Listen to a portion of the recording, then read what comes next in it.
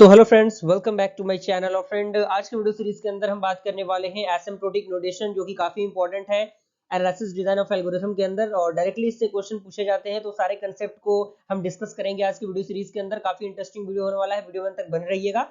साथ ही साथ अगर आपने अभी तक चैनल को सब्सक्राइब नहीं किया तो जैसे चैनल को सब्सक्राइब कीजिए और बेल आइकन को प्रेस कीजिए, ताकि जो भी इन्फॉर्मेटिव वीडियो है उसका नोटिफिकेशन आपको मिलता रहे। तो आइए हम लोग स्टार्ट करते हैं फ्रेंड। तो सबसे पहले इसमें जो आपका पहला पॉइंट इसमें कह रहा है, आपके इंटरफेस पे मौजूद है। आप स्टेप बाय स्टेप नोट्स को बनाते चलिएगा और डेली बेसिस पे वीडियो सीरीज आपको मिल रही होंगे।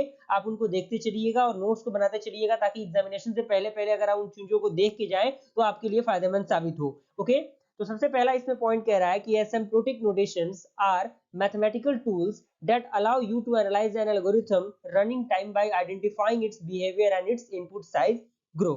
यानी जो एसिम्प्टोटिक नोटेशन होता है एक प्रकार का मैथमेटिकल टूल होता है, जिसके मदद से हम क्या करते हैं, एल्गोरिथम को एनालाइज करते हैं और उसको आइडेंटिफाई करते हैं कि बेसिकली उसका बिहेवियर क्या है और इसका साइज क्या है, किस तरीके की चीजें इसमें इन्वॉल्व है। उन चीजों को हम फाइंड आउट करते हैं by the help of asymptotic notation. Okay, अगला पॉइंट इसी के अंदर फ्रेंड कह रहा है कि there are mainly three asymptotic notation, यानी बेसिकली तीन प्रकार के एसिम्प्टोटिक नोटेशन को यूज किया जाता है, mainly examination point of view से और नॉलेज पॉइंट ऑफ व्यू से। जिसमें पहला आपका आता है बिग ओ नोटेशन, जिसे कैपिटल ओ से हम डिनोट करते हैं।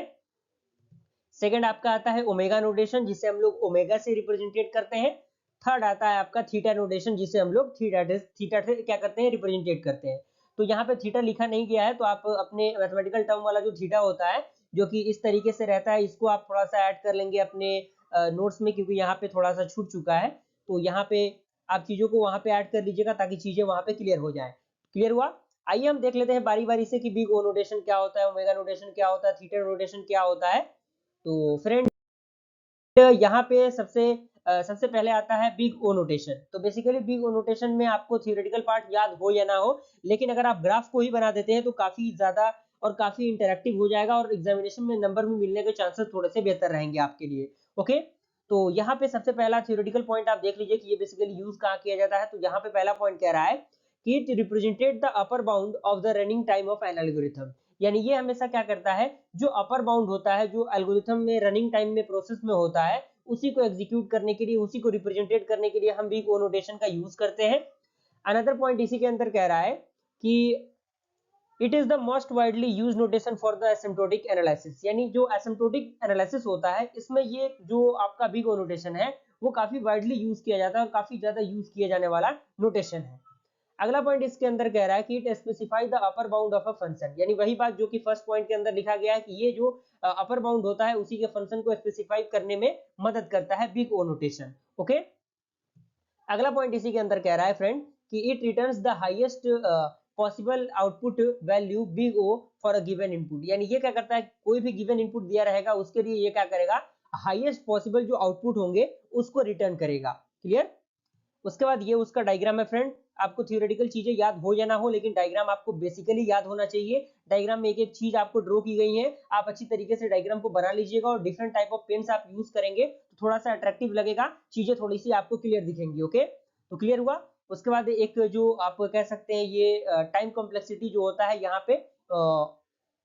यहाँ पे आपको टाइम कॉम्प्लेक्सिटी दिया हुआ है, आप इस टाइम कॉम्प्लेक्सिटी को नोट के तौर पे लिख लीजिएगा, ताकि चीजें वहां पे क्लियर रहेंगी। ओके, आगे हम लोग देखते हैं फ्रेंड, आगे हमारा क्या है।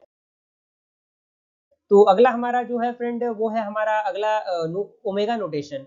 तो ओमेगा नोटेशन में सबसे पहला पॉइंट कह रहा है कि omega notations represented the lower bound of the running time of an algorithm. यानी जो आपका बिग ओ नोटेशन था वो तो अपर बाउंड के लिए यूज होता था, लेकिन जो ओमेगा नोटेशन है वो बेसिकली क्या होगा, लोअर बाउंड के लिए यूज किया जाएगा, क्योंकि रनिंग टाइम एल्गोरिथम होता है उसके दौरान।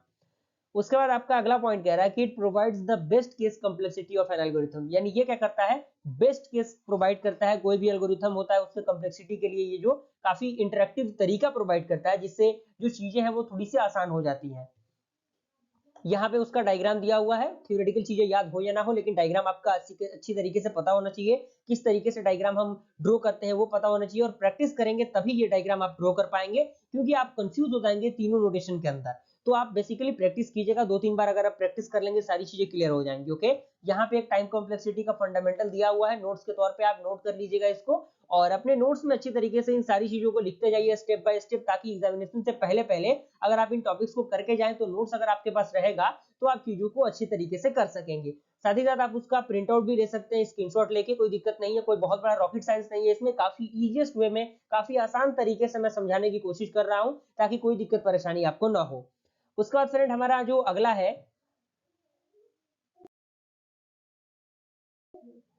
तो फ्रेंड हमारा जो अगला है वो है आपका थीटा नोटेशन। तो थीटा नोटेशन में सबसे पहला पॉइंट इसमें कह रहा है कि it represented the upper and the lower bound of the running time of algorithm. यानी जो बिग ओ नोटेशन होता है, जो बिग ओमेगा नोटेशन होता है, बिग ओ तो आपका अपर बाउंड के लिए होता है, ओमेगा आपका क्या होता है, लोअर बाउंड के लिए होता है, लेकिन जो थीटा होता है वो क्या होता है, अपर बाउंड और लोअर बाउंड दोनों कंडीशन में ये एप्लीकेबल होता है। ओके, अगला पॉइंट इसी के अंदर कह रहा है कि it is used for analysing the average case complexity of an algorithm. यानी ये हमेशा क्या होता है, एवरेज केस के लिए यूज किया जाता है। Is that clear? Second point आपका कंप्लीट क्लियर हुआ होगा। ये उसका डायग्राम है। मैं फिर से कह रहा हूं कि थियोरेटिकल चीजें याद हो या ना हो, आपका डायग्राम क्लियर होना चाहिए, डायग्राम अच्छी तरीके से आपको ड्रॉ होना चाहिए। आप स्टेप बाय स्टेप चीजों को देख लीजिए, कौन सी चीजें कहाँ है, कोई भी चीजें मिसमैच नहीं होनी चाहिए, क्योंकि अगर एग्जामिनेशन में ये सारे क्वेश्चन आते हैं तो आपकी थियोरेटिकल चीजें नहीं देखी जाएंगी, आपकी देखी जाएंगी कि डायग्राम, आपने डायग्राम किस तरीके से ड्रॉ किया है, क्या क्या आपने उसको रिप्रेजेंटेट किया, किस तरीके से चीजों को आपने बताया है। ओके, तो यहाँ तक आई होप पूरा प्रोसेस आपको समझ में आ गया होगा। यहाँ पे उसका टाइम कॉम्प्लेक्सिटी दिया हुआ है, आप इन चीजों को देख लीजिए। ये जो स्टार आपको दिख रहा है बेसिकली ये मल्टीप्लीकेशन का सिंबल है, तो आप इसको देख के कंप्लीट क्लियर कर सकते हैं। ओके, तो आई होप यहाँ तक पूरा प्रोसेस आपको समझ में आ गया होगा। ओके, तो मिलते हैं फ्रेंड्स ऐसे इंटरेस्टिंग वीडियो के साथ, तब तक के लिए थैंक यू।